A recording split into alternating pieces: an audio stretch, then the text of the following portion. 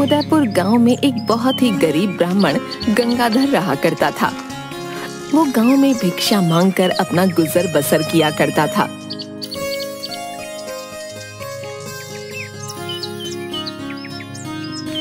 एक दिन वो कुछ बासी रोटियां लेकर अपनी झोपड़ी में आता है। तभी उसकी पत्नी उन बासी रोटियों को देखते ही बोलती है, अरे अरे ये क्या, तुम आज भी ये बासी रोटी लेकर आ गए? अरे अरे, आज मुझे ये बासी रोटी ही खानी पड़ेंगी। आय हाय, पूरा दिन गांव में भिक्षा मांगकर भी ये बासी रोटियां लेकर आए हो तुम। हे भगवान, न जाने वो कौन सा दिन होगा जब तुम भिक्षा में मेरे लिए कुछ अच्छा लेकर आओगे।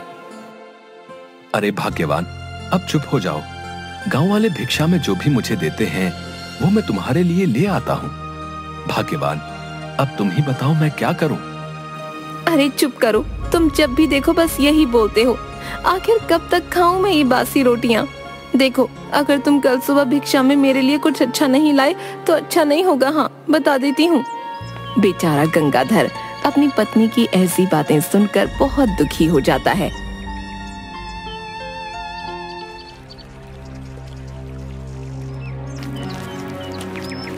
अगली सुबह गंगाधर फिर से गांव में किसी के द्वार पर भिक्षा मांगने जाता है।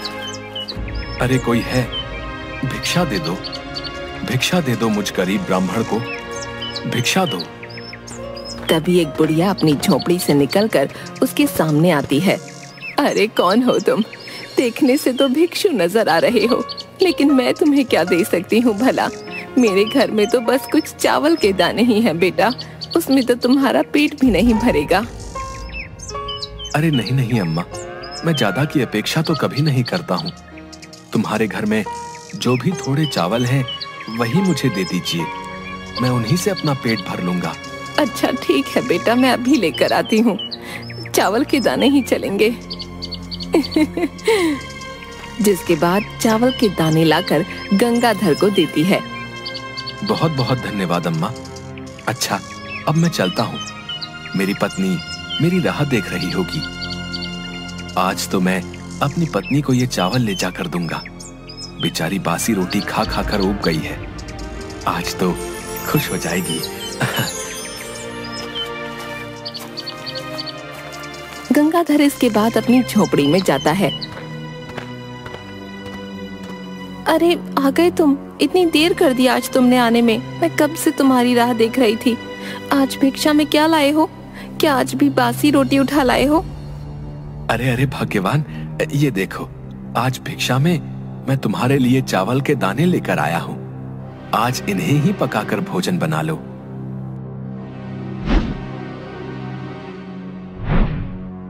अरे सिर्फ ये थोड़े से चावल के दाने? अरे इतने में क्या होगा? तुम्हें तो गांव में भिक्षा भी मांगनी नहीं आती। जो कोई भिक्षा में जो भी देता है उसे ही लेकर आ जाते हो। इस गांव में तुम्हारी तरह और भी भिक्षु हैं, खूब झोली भर भर कर भिक्षा लाते हैं, और एक तुम हो, लेकिन तुम्हें तो कुछ कहना ही बेकार है। अब मुझे ये चावल के दाने ही बनाने पड़ेंगे भोजन में। मेरी तो किस्मत ही फूट गई तुमसे शादी करके। जिसके बाद वो चावल बना देती है और उन्हें लेकर गंगाधर के पास आती है। ये लो, कर लो भोजन। गंगाराम देखता है कि थाली में सिर्फ थोड़े ही चावल के दाने हैं। अरे भाग्यवान, ये तो मैं तुम्हारे लिए लाया हूँ। मैं भोजन नहीं करूंगा, इन्हें तुम ही खा लो। मुझे तो भिक्षा में आज भोजन मिल गया था, तो मैंने वही खा लिया है। इसे तुम ही खा लो भाग्यवान। अच्छा, तो तुम भिक्षा से प्राप्त भोजन करके आए हो? वाह वाह, खुद भोजन करके आए हो और मेरे लिए थोड़े से ही चावल के दाने लाए हो। न जाने कब वो दिन आएगा जब आप मेरे लिए कुछ अच्छा सा और बहुत सारा भोजन लेकर आएंगे। हाँ, अब आपको कहाँ आवश्यकता होगी इस भोजन की। खैर जाने दीजिए, अब मैं ही नहीं खा लेती हूँ। जिसके बाद वो थाली के सारे चावल खा लेती है। गंगाधर चुपचाप खड़ा उसे देखता रहता है। थोड़ी देर बाद गंगाधर फिर से गांव की तरफ भिक्षा मांगने निकलता है और फिर से उस बूढ़ी अम्मा के द्वार पर भिक्षा मांगने जाता है।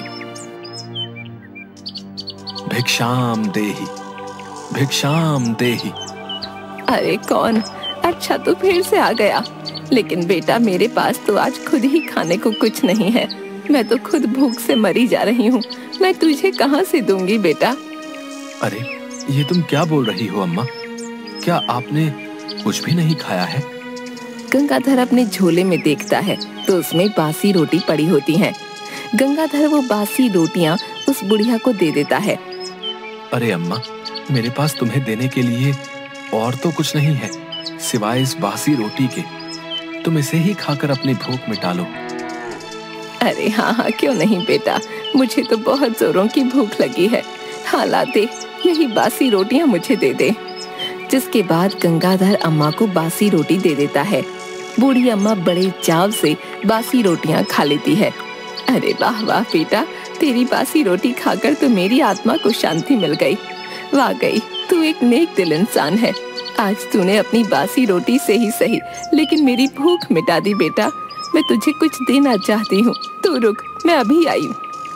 इसके बाद बूढ़ी अम्मा एक छोटा सा संदूक अपने साथ लेकर आती है और उसमें से एक चमकता हुआ मोर पंख गंगाधर को देती हैं। ये ले बेटा, ये जादुई मोर पंख है, मैं तुझे देना चाहती हूँ। ये कोई साधारण मोर पंख नहीं है बेटा। तो कोई भी एक इच्छा इस मोर पंख से बोलेगा तो वो अवश्य पूरी होगी बेटा। अब मैं तो बहुत बूढ़ी हो चुकी हूँ, अब भला मेरी तो कोई इच्छा ही नहीं रही, लेकिन मैं ये तुम्हें देना चाहती हूँ बेटा। इस जादुई पंख से तुम अपनी एक इच्छा पूरी कर सकते हो बेटा। गंगाधर ये सुनकर बहुत खुश हो जाता है। क्या सच में अम्मा, तुम सच बोल रही हो? अगर ऐसा है तो मैं ये जादुई पंख अपनी पत्नी को दूंगा। आज तक मैं अपनी पत्नी को कुछ भी नहीं दे पाया हूँ। इस जादुई पंख को पाकर वो बहुत खुश हो जाएगी। हाँ, अच्छा अम्मा, अब मैं चलता हूँ। अच्छा ठीक है बेटा, जैसी तेरी मर्जी। जिसके बाद गंगाधर वो जादुई पंख लिए जंगल के रास्ते से अपने घर जा ही रहा होता है कि तभी वो देखता है कि जंगल में एक जगह एक आदमी बहुत बुरी हालत में बैठा रो रहा होता है। उसके रोने की आवाज सुनकर गंगाधर उसके पास जाता है। अरे भाई, कौन हो तुम और रो क्यों रहे हो? आखिर क्या बात है? क्या कोई परेशानी है? बताओ मुझे, तुम रो क्यों रहे हो? मैं घोर परेशानी में हूँ, मैं मरने वाला हूँ। मुझे नहीं लगता कि अब मैं जिंदा बच सकूंगा भाई। उसकी ये बात सुनकर गंगाधर हैरान हो जाता है। ये तुम क्या कह रहे हो? कौन हो तुम और आखिर तुम क्यों मरने वाले हो? बताओ मुझे, क्या हुआ है तुम्हारे साथ? मैं पड़ोसी